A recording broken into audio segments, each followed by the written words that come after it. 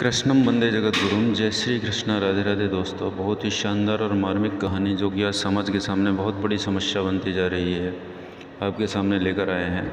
पिता का समाज में पुत्रों के नाम पत्र।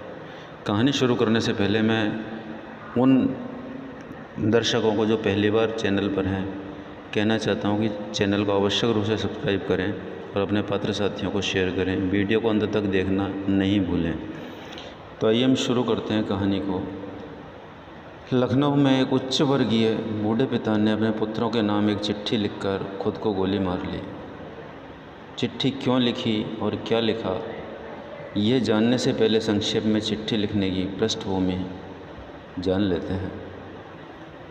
पिता सेना में कर्नल के पद पर थे और सेवानिवृत्त हो चुके थे और लखनऊ की एक पॉश कॉलोनी में अपनी पत्नी के साथ आनंद के साथ जीवन बिता रहे थे।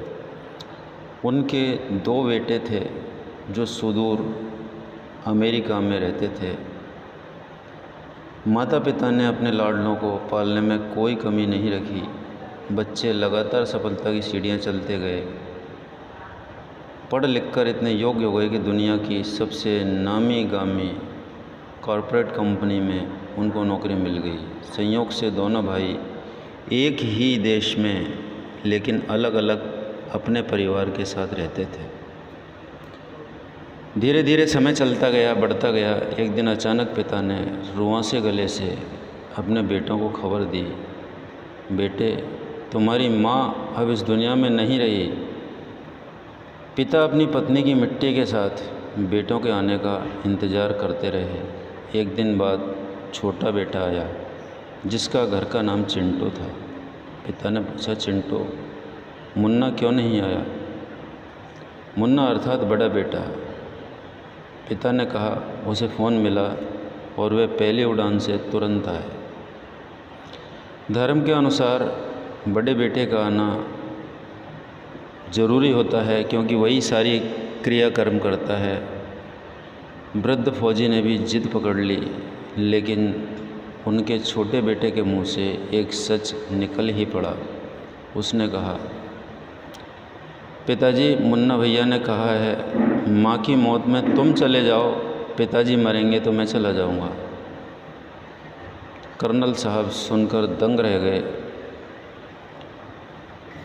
कर्नल साहब अपने कमरे के अंदर गए, खुद को कई बार संभाला। फिर उन्होंने चंद पंक्तियों का एक पत्र लिखा जो इस प्रकार है, बड़े ध्यान से सुने। घर, समाज और परिवार के लिए यह बहुत ही ध्यान देने योग्य बात है।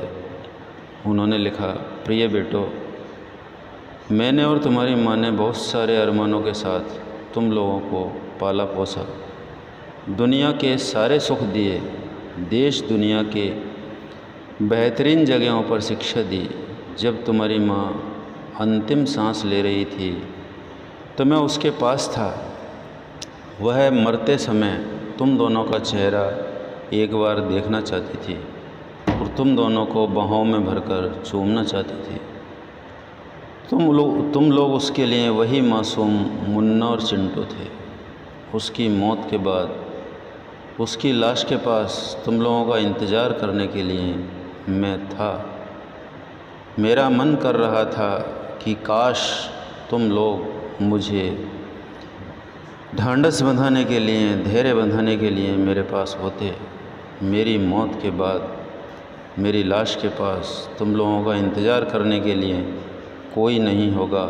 सबसे बड़ी बात यह है कि मैं नहीं चाहता कि मेरी लाश निपटाने के लिए तुम्हारे बड़े भाई को आना पड़े। इसलिए सबसे अच्छा यह है कि अपनी माँ के साथ मुझे भी निपटा कर ही जाओ। मुझे जीने का कोई हक नहीं, क्योंकि जिस समाज ने मुझे जीवन भर धन के साथ सम्मान भी दिया, मैंने समाज को असभ्य नागरिक दिए। हाँ, अच्छा रहा कि हम अमेरिका जाकर नहीं बसे, अन्यथा सच्चाई दब जाती। अब मेरी अंतिम इच्छा है कि मेरे मेडल तथा फ़ोटो बटालियन को लौटाए जाएं तथा घर का पैसा नौकरों में बांटा जाए। जमा पूंजी आदि वृद्ध सेवा केंद्र में तथा आदि सैनिक कल्याण में लगा दी जाए। तुम्हारा पिता। तो दोस्तों, मित्रों, उसके बाद कमरे से ठाई की आवाज़ आई, कर्नल साहब ने खुद को गोली मार ली।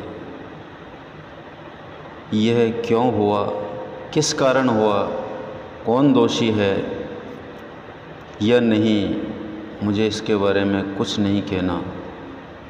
मित्रों, यह काल्पनिक कहानी नहीं, पूरी तरह सत्य घटना है। आज समाज के सामने सबसे बड़ी समस्या यही हो रही है, क्योंकि एकल परिवार हैं। एकल परिवारों में एक या दो बच्चे होते हैं, वो भी रोज़गार की तलाश में जब घर से, देश से बाहर निकल जाते हैं तो माता पिता को संभालने वाला कोई नहीं रहता। और एक उम्र का पड़ाव हर व्यक्ति के सामने, हर व्यक्ति के जीवन में आता है और वह पड़ाव उस व्यक्ति को तोड़ देता है। टूटने के बाद वह अपने आप को दोषी ठहराने लगता है और बस यही कहता है कि मैंने गलती कर दी, वो यह गलती कोई और नहीं करे।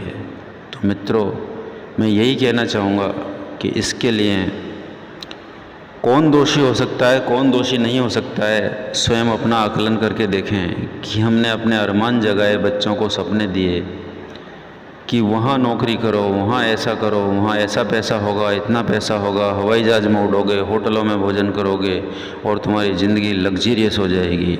मित्रों, दोस्तों, पैसे के पीछे भागना बहुत ही अच्छी बात है, लेकिन पैसे के साथ में अपनी यदि शांति आप समाप्त कर देते हैं, मन की शांति, घर का चैन समाप्त कर देते हैं, तो शायद ये समझौते की बात नहीं है। क्योंकि मैंने कई परिवारों में देखा है, बेटा शानदार पैकेज पर काम कर रहा है और उनका लालच उस पैसे की तरफ इतना बढ़ जाता है कि शायद वो अपनी बहू को भी उसी पैकेज पर देखना चाहते हैं। और जब दोनों उसी पैकेज पर काम करेंगे तो शायद आपको नमस्कार करने वाला भी घर में कोई नहीं होगा। तो शायद यह घटना की पुनरावृत्ति दोबारा हो सकती है, ऐसी घटना की पुनरावृत्ति नहीं हो, इसके लिए स्वयं का आकलन करें और अपने सपनों को अपने बच्चों पर नहीं थोपें। उन्हें स्वतंत्र रूप से जीने का अधिकार दें, उनकी भावनाएं ख़त्म नहीं करें। मैं ये मानता हूँ कि आपके संस्कार ही बच्चों में जाते हैं, लेकिन आपके सपने उनके संस्कारों को समाप्त कर देते हैं। ये बहुत बड़ा मनोविज्ञान है, क्योंकि आपका दबाव इतना ज़्यादा हो जाता है कि वो बच्चे कभी भी अपने संस्कारों को उभरा हुआ नहीं देख सकते।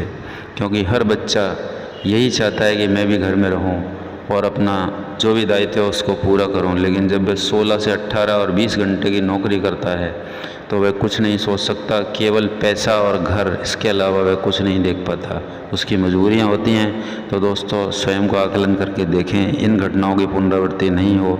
मैं सभी से, घर से, समाज से, व्यक्ति से यही गुजारिश करूंगा, बच्चों को संस्कार दे ही रहे हैं, उनके संस्कारों को, अपने सपने उन पर थोप कर समाप्त नहीं करें, जिससे वे भी आपके लिए जी सकें और आप भी उनके लिए जी सको और उनके जीवन का वो भी आनंद ले सकें और आपके ज़िंदगी का अंतिम पड़ाव दुखदाई नहीं हो। तो दोस्तों, वीडियो निश्चित रूप से मार्मिक है, कड़वा सत्य है, हो सकता है आपको अच्छा लगे, नहीं लगे। जिन लोगों को अच्छा लगे कमेंट बॉक्स में लिखकर बताएं और वीडियो को निश्चित रूप से सब्सक्राइब करें। अगले वीडियो में फिर मिलेंगे। नमस्कार, धन्यवाद।